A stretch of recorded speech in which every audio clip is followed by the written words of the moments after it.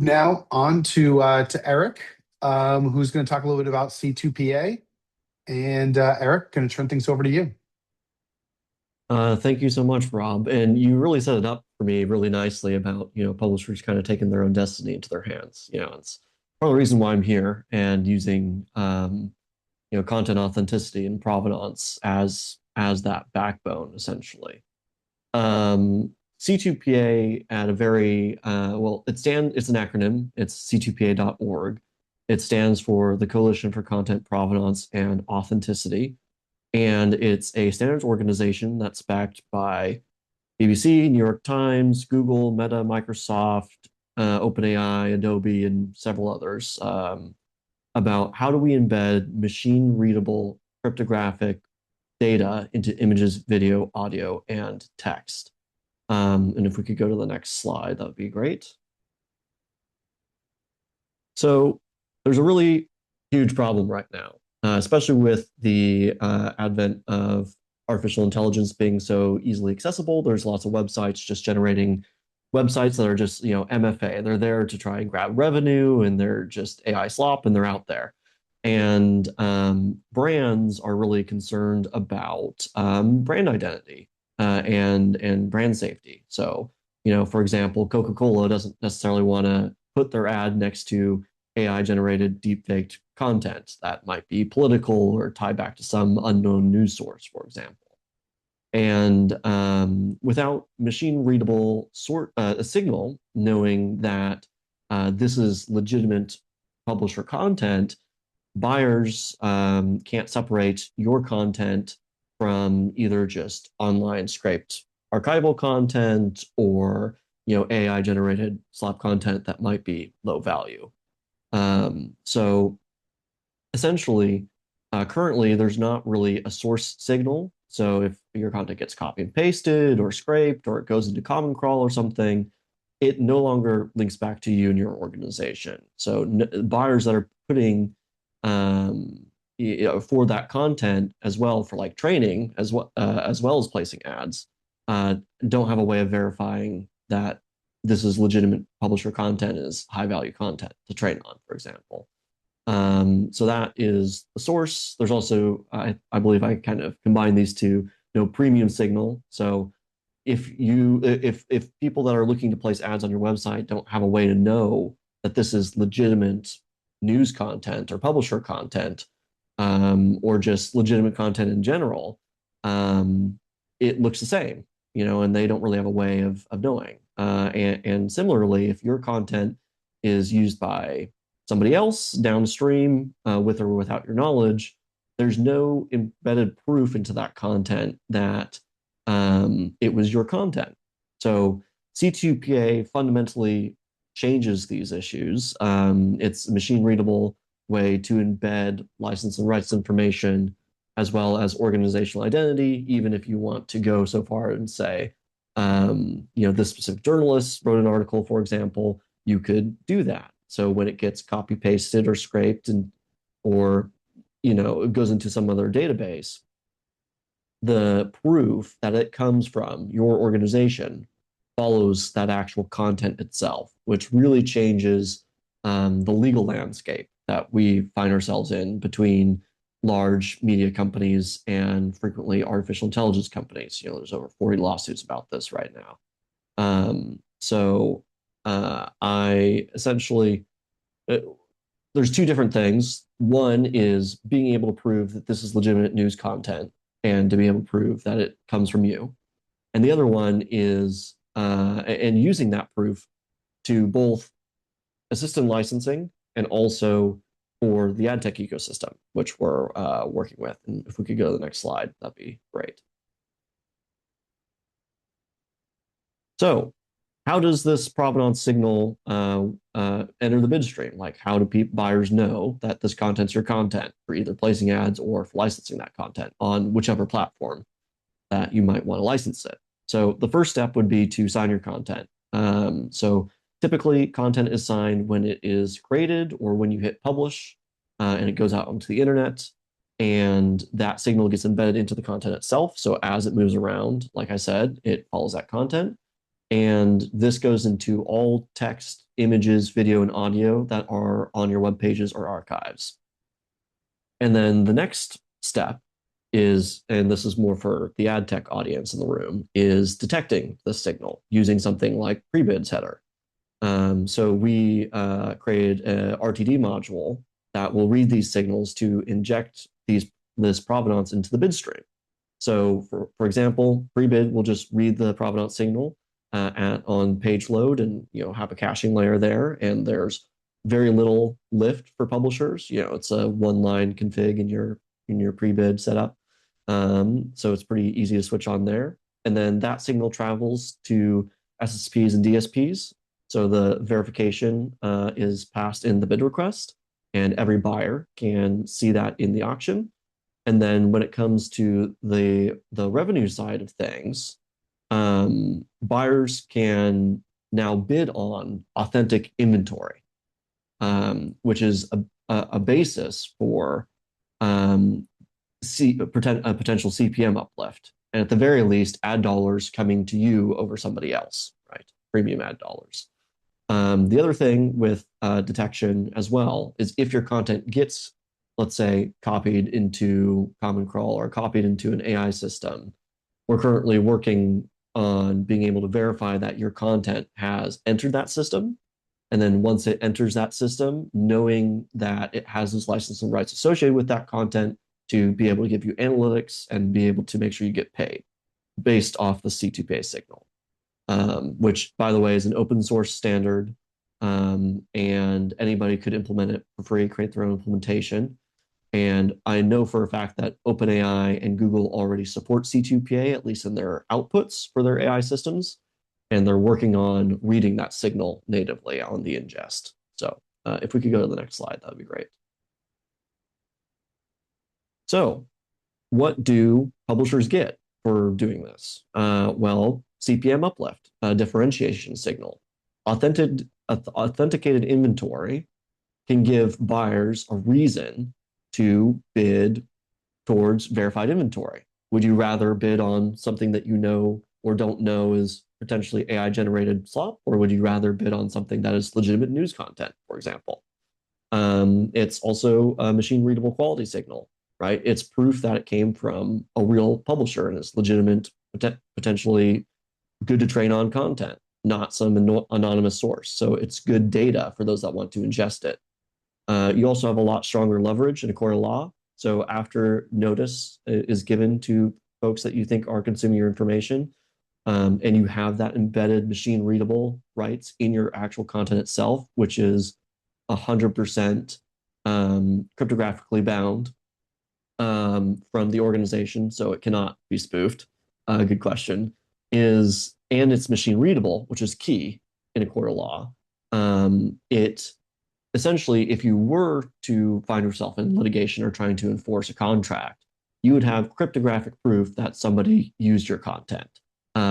And they would have to prove whether they respected your rights as an IP holder.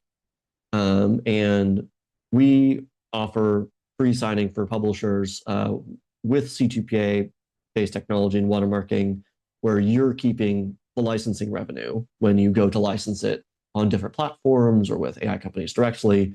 And we get a fee for being the independent third-party verification tool to make sure that you guys get paid and your licenses is being respected, for example. And that is the high-level overview that I have. I'm more than happy to take on as many questions as you'd like. Yeah, appreciate it, Erik. Thank you so much for that. I asked a question up for the front, only because, again, like, to me, from my ad operations role, I look at this and go, this makes a lot of sense to me. I want to pass that on. But there is obviously integration right at the front end. So you're kind of saying something gets, I use the word stamped. You may please correct me in terms of terminology there. But is that something, again, when my editorial team is hitting publish, is that like a WordPress plugin? Is that something kind of script that's running on the end? Like, how is it getting that particular piece so that we know to pass that on? Yeah, great question. I've personally spent a lot of time and effort making this as easy as possible. So we do have a WordPress plugin that signs image, video, audio, and text. It's whenever you hit post or update, it will automatically sign, and you can bulk sign your archives and this type of thing. So for those that have WordPress and are on the WordPress platform, it should be fairly straightforward and painless. For those that use other CMS systems or headless CMS systems, we've written a couple integrations for them, kind of on an ad hoc basis, and or working with certain CMS systems that publishers are using more and more often to integrate the stamping, which is a pretty good allegory to what we do. It's kind of like a notary stamp almost. So it can be a script, it's an API, so anybody can use it and integrate it to any platform. But we have a WordPress plugin that's fairly plug and play. Got it. Got it. And again, it seems like you mentioned up at the top, there's some pretty large companies that are behind this. In my mind, one of the things that would be amazing for us to do again as a community, as a group, is to start to track. Like if we can get volume, we get more and more people doing this, right? Then that signal is going to be something that SSPs, DSPs are going to start to look for. Again, I think it just changes some of the conversation, the MFA, right? Like, so in other words, like this, there's some build up to this that I think could be really powerful.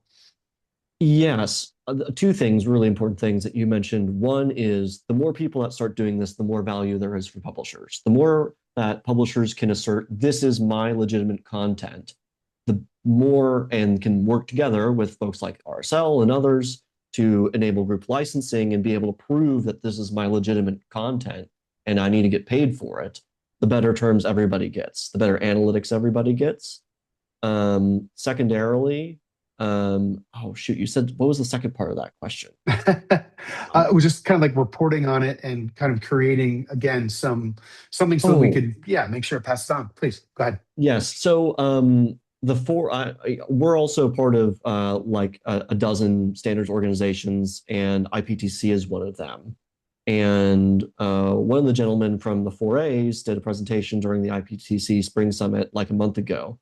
And they also have this, like, I believe on a blog on their website, that they want C2PA technology on websites like by the end of the year, if possible, because brands are so concerned about this issue and they've increased their budgets for brand safety that they're willing and going to require this signal to be survive through the ecosystem. So we've worked with Prebid with Prebid module. Provenance is now part of AdCP officially in the newest spec, which is really cool. So we worked with them on that. We've been talking to the IAB folks, and we're essentially working with anybody in the ecosystem that wants to be interoperable with this standard. So we've been doing a lot of work there. But it comes from the brand's mouths that they want this, and the more that we can help give that to them, and the more that publishers can provide authentic verified inventory, the more dollars will actually go to those legitimate publishers, and hopefully the higher CPMs we can command for this. Yeah, great. Brian has a couple of questions here.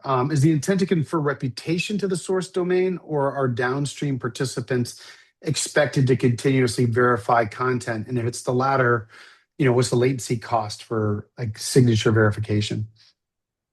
Yeah, so those are really good technical questions, Brian. And essentially, there's different levels of what you can assert and what identity you can assert. You can assert, website level. You can assert even individual reporter level, if you so wanted, into these different assets. And even per asset on your web page, let's say the image you bought, for example, from Getty Images. So you don't own the license and rights to that image, but maybe you wrote the article, but maybe you also quoted something a politician said.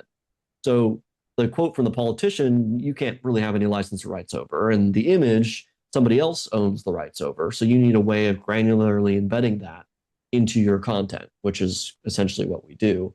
And essentially, when that content moves across the internet and that image, let's say, gets licensed to you, or you copy paste text and maybe that had markers in it, and you're using it, and it's fair use to use that or whatever, those markers survive. And that's kind of the goal, is to make it survivable across the entire internet, because some social media platforms do strip metadata, but that's changing. It's changed with Instagram and LinkedIn and TikTok at the very least so far, which is really cool.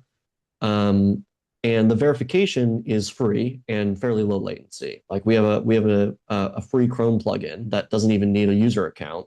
You just visit a web page and it'll tell you if there's any signals on the page, for example. It's really quick and it's free for everybody. And so there's not a huge latency cost for verification. There's also a cache, like when in the Prebid server. So essentially, we architected it so not every single page load you're doing a verification. It's runs one time and then it's cached for a period of time. So there was some forethought there. And if you take a look at the RTD module and have feedback, let me know. And C2PA is being integrated. Google just made an announcement at Google I/O, I believe, that C2PA verification is coming to Chrome soon in the coming weeks. So, right, amazing, and which might go to like this. So the next question, the last question, is just really about like CPM uplift or whatever. Is it early days to actually measure that? Do you have anything to report? I feel like there's like a question, like it's just a little bit ahead, but that's the publisher question, right? yes. We're still want to see CPMs. We're going to see lift. So we're in early stage proving the market on the CPM thing, which is why I say it might. And if I had a hard and fast percentage for you, I would have shown it. And we're working on making sure that signal actually is survivable through the entire ad tech ecosystem, which is why we've been working with Prebid and AdCP and trying to work with IAB and these folks to make sure that that signal persists. But the content needs to be marked for that to happen at all. And there's several reasons why you'd want that marked anyways, including CPM uplift. So we're in early pilot phase. We don't have enough numbers to really publicly state that with any degree of confidence that I'm comfortable with. So it's a new industry, like the standard. So, oh, by the way, I wrote the standard for text for C2PA. I don't think I mentioned that. And I co-chair their text task force. So essentially, that got published January this year. So it's been very, very new, and we have some pilots. We're trying to prove this out. The more people that sign, the faster we can prove it out. So the more help, if you're interested, please contact me. Yeah, and I just want to thank you, Erik, for that. And I'll just say this as we kind of transition is just going to be like, I think the CPM question is spot on. And at the same time, this is a bigger thing. I think I don't see a future where there isn't publishers having to, license and or defend their content or intellectual property, which I love that you brought that up versus just content, right? Like there's a piece here.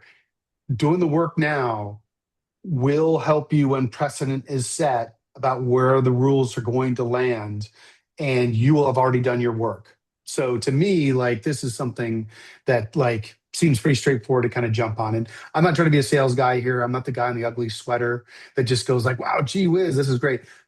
But I look at this and I go like, this is immediately something is a signal to my editorial team that things are being done. They're going to help us protect ourselves and will make sense.